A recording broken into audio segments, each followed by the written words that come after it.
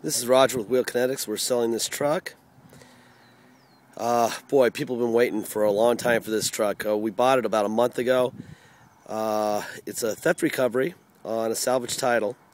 It's a 2004 F350 crew cab dually, 6.0 turbo diesel, four-wheel drive Lariat.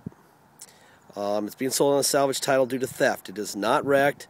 It is completely the opposite from being wrecked. It's a sweet, sweet truck. They stole the interior, and believe it or not, a full set of Lariat seats for front and back of one of these things is real hard to find. So we ended up having to buy a whole truck and taking the seats out of it.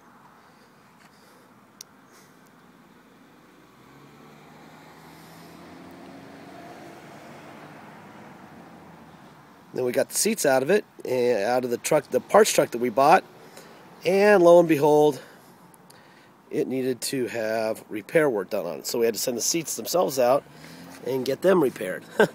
So you've got some really nice seats in this thing, and they took a month to get, and we hope you appreciate the effort, because it was a really lot of work just to get seats. When I bought it, I thought it would be easy.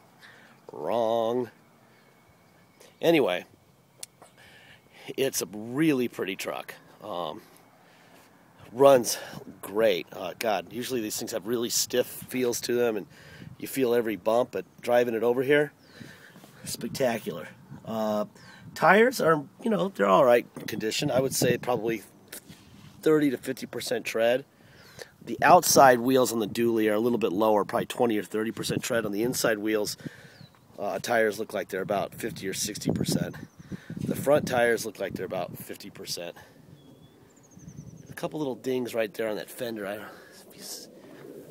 One here and one right here. Let's see.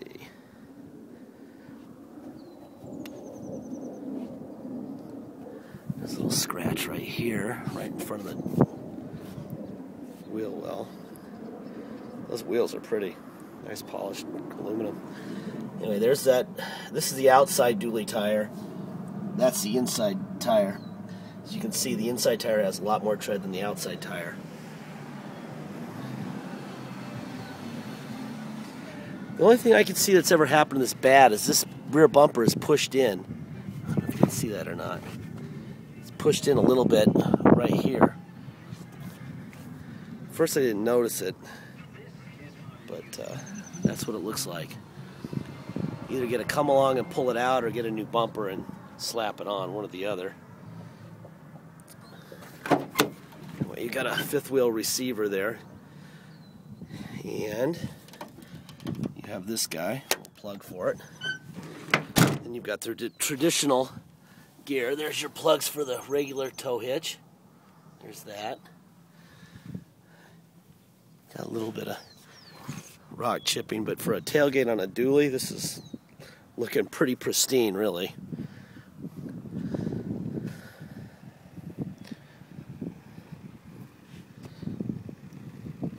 There's your driver rear wheel. This is the outside wheel, and that's the inside wheel.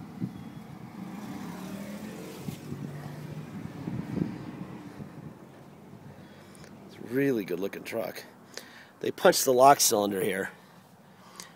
If you want us to get that fixed for you, we can do it for about $75. We'll get that done. We have to buy a whole handle and a lock cylinder. That's why it's kind of expensive.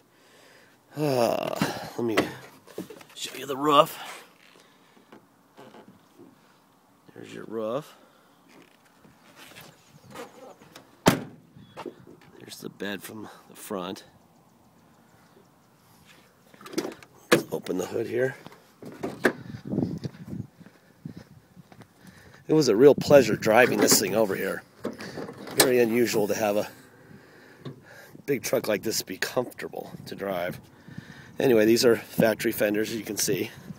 There's your Ford fender stamp. There's your core support, is all there as it's supposed to be.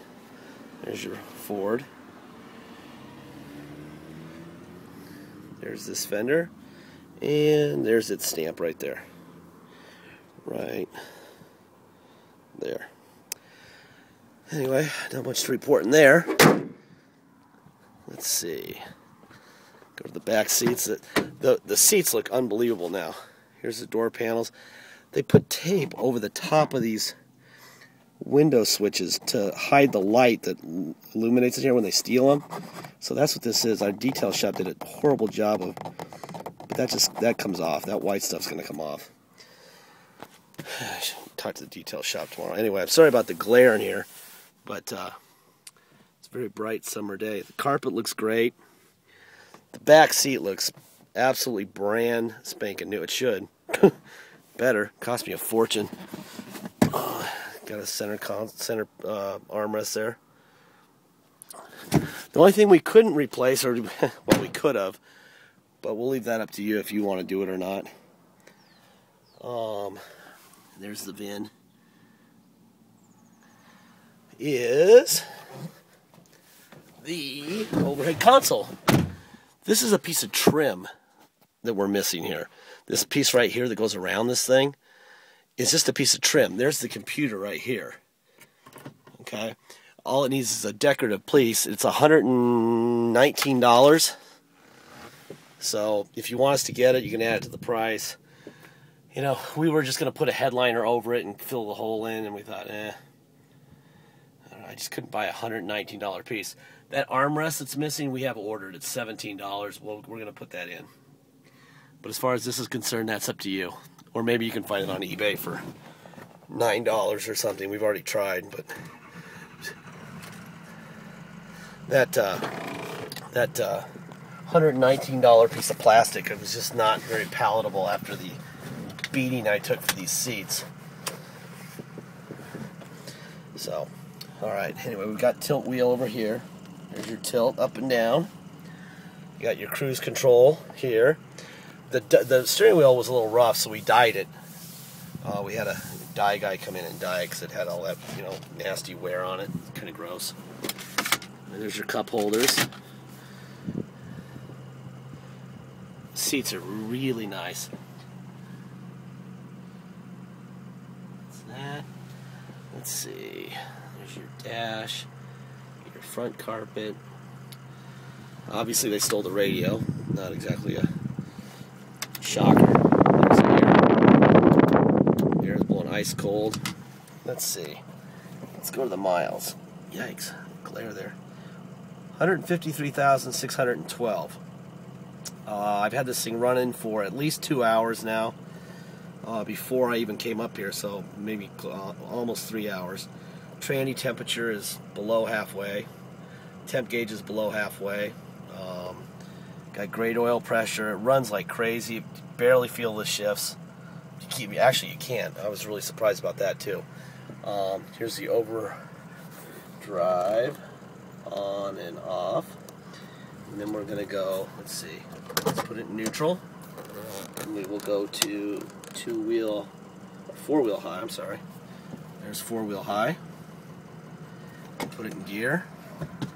Forwards, backwards. Yep. And we're gonna go to 4 low. There's 4 low. Forwards. Put it in reverse. Wow, that's some serious torque. Whole truck is like wanting to pull the world.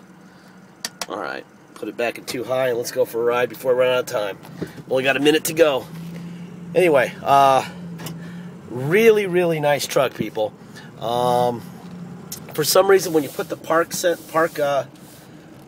when you put it in reverse, the park sensor buzzer stays on. I don't know what that's about. It might be because of the bumper that's dinged in. I'm not really sure. I'm going to look at it, but I'm not going to guarantee that I can get that thing to operate correctly. So you might have to live with it off, not back into stuff. I don't know. But maybe it broke a sensor back there, and that's how it warns you that a sensor's broken, by just staying on.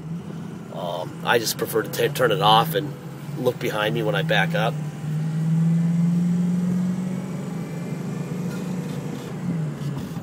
What a truck. Wow.